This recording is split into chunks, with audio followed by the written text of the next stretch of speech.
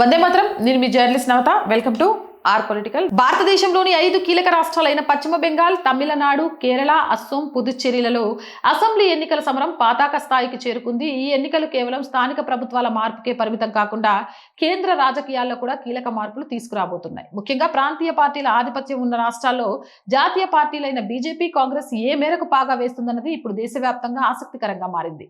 5 రాష్ట్రాల్లో అసెంబ్లీ ఎన్నికలకు ముహూర్తం సిద్ధమైంది. షెడ్యూల్ కూడా విడుదలైంది. మరో 2-3 రోజుల్లోనే కొన్ని రాష్ట్రాల్లో నోటిఫికేషన్ కూడా రానుంది. ఇప్పటికే కేరళలో నోటిఫికేషన్ వచ్చింది. అయితే ఇంత జరుగుతున్నా కాంగ్రెస్ పార్టీలో పెద్దగా చడి చప్పుడు కనిపించడం లేదు. ముఖ్యంగా ఎక్కడ ఎన్నికలు జరిగినా రాహుల్ గాంధీ వ్యాఖ్యలు, ప్రచారం, స్టార్ క్యాంపెయిన్ల సందడి కనిపించేది. కానీ ఈసారి అలాంటి వాతావరణం ఎక్కడా కనిపించడం లేదు. ఈ దఫా రాష్ట్రాల నాయకులే ప్రచారాన్ని ముందుకు తీసుకెళ్తున్నారు. ఎన్నికలు జరుగుతున్న 5 రాష్ట్రాల్లో నేరుగా బీజేపీతో కాంగ్రెస్ ఢీకొడుతున్న రాష్ట్రం అస్సాం. అస్సాంలో పొత్తులు కుదరకపోవడం పెద్ద సమస్యగా మారింది. బలమైన సీఎం బీజేపీ నాయకుడు హిమంత బిశ్వశర్మని ఎదుర్కొనే వ్యూహాలు కాంగ్రెస్ కి స్పష్టంగా కనిపించడం లేదు. ఇక మిగిలిన రాష్ట్రాల్లో జూనియర్ భాగస్వామిగానో, ప్రభావం చూపలేని పార్టీగానో ఉంది. బీజేపీతో ముఖాముఖి పోరులో అస్సాంలో కాంగ్రెస్ పార్టీ దయనీయంగా మారుతోంది.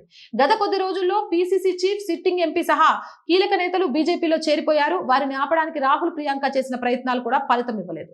ఒకప్పుడు అప్రతిహాతంగా పాలించిన ఈ రాష్ట్రంలో నేడు ఆ రాష్ట్ర మనుగడ కోసమే పోరాడాల్సిన దయనీయ స్థితికి చేరుకుంది. ఎన్నికలకు కేవలం కొద్ది రోజుల ముందు రాష్ట్ర కాంగ్రెస్ అధ్యక్షుడు భూపేష్ కుమార్ బోరా పార్టీని వీడి బీజేపీలో చేరడం కాంగ్రెస్ కి కోలుకోలేని దెబ్బ. ఇక ఫిబ్రవరి 2026లో ఆయన తీసుకున్న ఈ నిర్ణయం పార్టీ శ్రేణుల్లో తీవ్ర గందరగోళాన్ని నిలిపింది.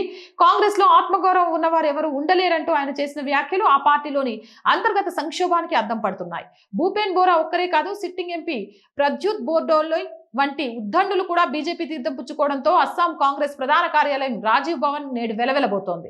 పార్టీని కాపాడుకోవడానికి ప్రియాంక గాంధీ వాద్రాను స్వయంగా అస్సాం ఎన్నికల స్క్రీనింగ్ కమిటీ చైర్పర్సన్ గా అధిష్టానం నియమించింది. ఆమె గౌహటిలో పర్యటించి ప్రభుత్వంపై ఛార్జ్ షీట్లు విడుదల చేసినప్పటికీ క్షేత్రస్థాయిలో పార్టీ క్యాడర్ ని నిలబెట్టుకోలేకపోయారు. అగ్రనేతల బుజ్జగింపులను సైతం లెక్క చేయకుండా కీలక నేతలు వరుస కడుతుండటంతో గాంధీ కుటుంబం పట్టు కూడా అస్సాంలో పనిచేయడం లేదు అని క్లారిటీ వస్తుంది. హిమంత బిశ్వశర్మ నేతృత్వంలోని బీజేపీ ప్రభుత్వం 10 ఏళ్లుగా అధికారంలో ఉన్నప్పటికీ సహజంగా వచ్చే అధికార వ్యతిరేకతను ఓట్లుగా మార్చుకోవడంలో కాంగ్రెస్ ఘోరంగా విఫలమైంది. అభివృద్ధి పథకాలు, హిమంత బిశ్వశర్మ గట్టి పట్టు ముందు కాంగ్రెస్ వ్యూహాలు తేలిపోతున్నాయి. పాతతరం నేతలు వెళ్లిపోవడంతో గౌరవ్ గొగోయ్ వంటి యువ నేతలు ఒంటరి పోరాటం చేయాల్సి వస్తోంది.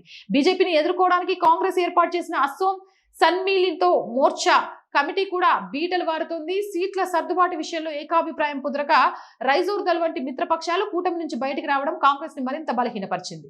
ఒంటరిగా బీజేపీని ఎదుర్కొనే సత్తా లేక, మిత్రపక్షాలను కలుపుకోలేక కాంగ్రెస్ ఇప్పుడు రెంటికి చెడ్డ రేవడిలా మారింది. ఒక పశ్చిమ బెంగాల్ గురించి ఎంత తక్కువగా చెప్పుకుంటే అంత మంచిది.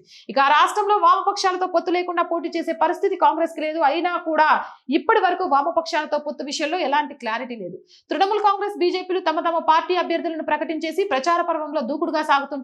కాంగ్రెస్ ఇంకా సీట్ల సర్దుబాటు విషయంలో మల్ల గుల్లాలు పడుతూనే ఉంది. మొత్తానికి పశ్చిమ బెంగాల్లో ప్రధాన పోటీ తృణమూల్, బీజేపీల మధ్య అన్న నిర్ణయానికి కాంగ్రెస్ ఇప్పటికే వచ్చేసిందని పరిశీలకులు భావిస్తున్నారు. ఇక కేరళ రాష్ట్రంలో కాంగ్రెస్ పార్టీ ఒక అసాధారణ గండం ఎదుర్కొంటుంది. దశాబ్దాలుగా ప్రతి 5 ఏళ్లకు ఒకసారి అధికార మార్పిడి జరిగే సాంప్రదాయానికి గత ఎన్నికల్లో తెరబడింది. ఎల్డీఎఫ్ వరుసగా రెండోసారి పీఠాన్ని దక్కించుకోవడంతో కాంగ్రెస్ నేతృత్వంలోని యూడీఎఫ్ ఉనికినే ప్రమాదంగా ఏర్పడింది. రాబోయే ఎన్నికలు కేరళ కాంగ్రెస్ కి కేవలం అధికారం కోసం మాత్రమే కాదు, ఆ పార్టీ అస్తిత్వాన్ని కాపాడుకోవడానికి జరుగుతున్న జీవన్ మరణ పోరాటం. ఇక కేరళలో గత అసెంబ్లీ ఎన్నికల ఫలితాలు కాంగ్రెస్ ని కోలుకోలేని దెబ్బతీశాయి. సాధారణంగా అధికారం మారుతుందన్న ధీమాతో ఉన్న కాంగ్రెస్ క్షేత్రస్థాయిలో లెఫ్ట్ కూటమి వ్యూహాలను అంచనా వేయడంలో విఫలమైంది. పినరయి విజయన్ ప్రభుత్వం అమలు చేసిన సంక్షేమ పథకాలు, ముఖ్యంగా విపత్తుల సమయంలో వారు చూపిన చొరవ ప్రజల్లోకి బలంగా వెళ్లాయి. కాంగ్రెస్ నేతల మధ్య అంతర్గత విభేదాలు, బలమైన నాయకత్వం లేకపోవడం ఆ పార్టీని ప్రతిపక్షానికే పరిమితం చేశాయి. కేరళలోని ఇప్పటి వరకు ప్రధాన పోటీ కాంగ్రెస్, లెఫ్ట్ కూటమిల మధ్య ఉన్నప్పటికీ ఈసారి సీన్ మారుతోంది. కాంగ్రెస్ బలహీన పడితే ఆ ఖాళీని భర్తీ చేసేందుకు బీజేపీ సర్వశక్తులు ఒడ్డుతోంది. ఇప్పటికే క్రైస్తవ సామాజిక వర్గాలను ఆకర్షించడానికి బీజేపీ చేస్తున్న ప్రయత్నాలు సత్ఫలితాలను ఇస్తున్నాయి. కాంగ్రెస్ ఓటు బ్యాంక్ లో చీలిక వస్తే అది బీజేపీకి వరంగా మారుతుంది. ఒకవేళ ఈసారి కూడా కాంగ్రెస్ అధికారాన్ని చేజిక్కించుకోలేకపోతే కేరళలో ఆ పార్టీ బెంగాల్ లేదా త్రిపుర తరహాలో కనుమరుగయ్యే ప్రమాదం ఉంది. కార్యకర్తల్లో నైతిక స్థైర్యం దెబ్బతినకుండా ఉండాలంటే విజయం తప్పనిసరి. ఇక ప్రధాన ప్రతిపక్షం అయ్యుండి ఎన్నికల సన్నాహాల విషయంలో ఇంత నిర్లిప్తంగా, నిరాసక్తిగా వ్యవహరించడంతో పార్టీ క్యాడర్లో అయోమయం నెలకొంది. ఎన్నికలంటేనే స్టార్ క్యాంపెయినర్ల పర్యటనలు, అగ్రనేతల ప్రసంగాలతో నానా హడావిడి చేసే కాంగ్రెస్ లో ప్రస్తుతం నమ్మశక్యం కాని నిమిషబ్దం తాండవిస్తోంది. ముఖ్యంగా కాంగ్రెస్ కీలక నేత, లోక్సభలో ప్రధాన ప్రతిపక్ష నేత రాహుల్ గాంధీ పెద్దగా పట్టించుకుంటున్నట్లు కనిపించడం లేదు. ఈ పరిస్థితి క్షేత్రస్థాయిలో పార్టీ క్యాడర్లో తీవ్ర నిరుత్సాహం, నిరాశ, నిస్పృహ ఊహలు వ్యక్తమవుతున్నాయి. ఇక తమిళనాడులో అధికార డిఎంకేతో పొత్తు పెట్టుకున్న ఆశించని స్థాయిలో సీట్లు దక్కలేదు. 240 స్థానాల్లో కాంగ్రెస్ కి కేవలం 36 సీట్లు మాత్రమే దక్కాయి. దీంతో స్థానిక నాయకులే ప్రచార బాధ్యతలు చేపట్టారు. అసెంబ్లీ సీట్లను రాజ్యసభ కోసం త్యాగం చేశారన్న విమర్శలకు కాంగ్రెస్ అధిష్టానం సమాధానం ఇవ్వలేకపోతుంది. ఇక పుదుచ్చేరి విషయానికి వస్తే డిఎంకే కాంగ్రెస్ మధ్య సయోధ్య అంతంతా మాత్రంగానే ఉందని చెప్తున్నారు. అక్కడ ఎన్డీఏ కూటమికి అధికారం దక్కే అవకాశాలు ఉన్నాయని పరిశీలకులు అంచనా వేస్తున్నారు. కాంగ్రెస్ పార్టీ గెలుపు ఆశలను వదిలేసుకుందా అన్న అనుమానాలు వ్యక్తమవుతున్నాయి.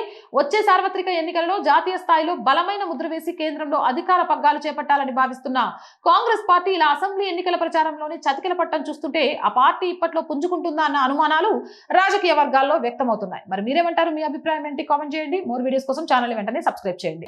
Are group of channels, R voice, R political, R Sanskriti 3 మన channels. So please subscribe our channels. Content బాగుంది అనిపిస్తే లైక్ చేయండి, షేర్ చేయండి, మీ అభిప్రాయాన్ని కామెంట్ చేయండి. ఆర్థికంగా ఆర్ వాయిస్ కి చేయుతగా నిలవండి.